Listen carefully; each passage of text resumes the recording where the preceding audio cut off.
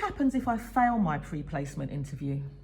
Okay, so if you fail your pre-placement interview, what I would say is that please don't worry. You'll have a meeting with me where I will look at the outcome of placement interview. Depending on what it says, that will direct the conversation. So if it says that you've turned up to your interview late, you haven't prepared, you've kind of been directed as to, I can only start placement at 10, finish at 3, I can only do 3 days a week.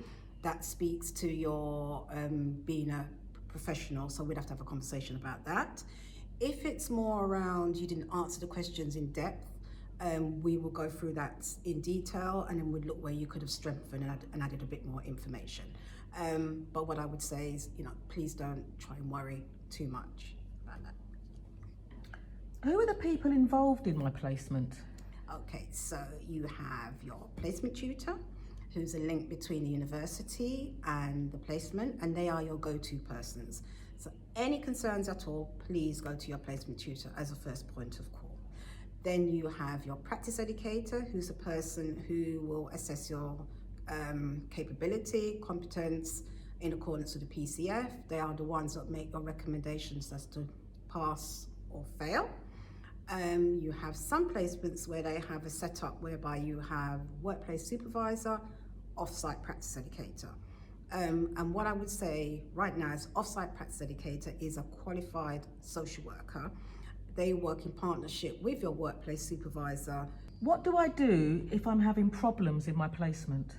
Okay, so again, your placement tutor is the first person that you would go to if you're having problems on your placement. They are the link between you and the placement, so please do speak to your placement tutor. What I would say in terms of good practice, please try and speak to your practice educator first. If you've done that and you really feel that it hasn't worked, please speak to your placement tutor. If my practice educator is on something called the practice educator course, what does that mean for me? Okay, so what I would say firstly is that these are very experienced social workers, sometimes senior practitioners, sometimes even managers who have made a decision that they want to kind of contribute to the next generation of social workers. And they want to do that by kind of getting involved in teaching, assessing, mentoring. And in order for them to assess student social workers, they have to undergo what we call the PEPS program. The benefit for you is that you'll have a practice educator who's actually in a learning situation themselves. They will be completing portfolios, they'll understand your journey. So it's a good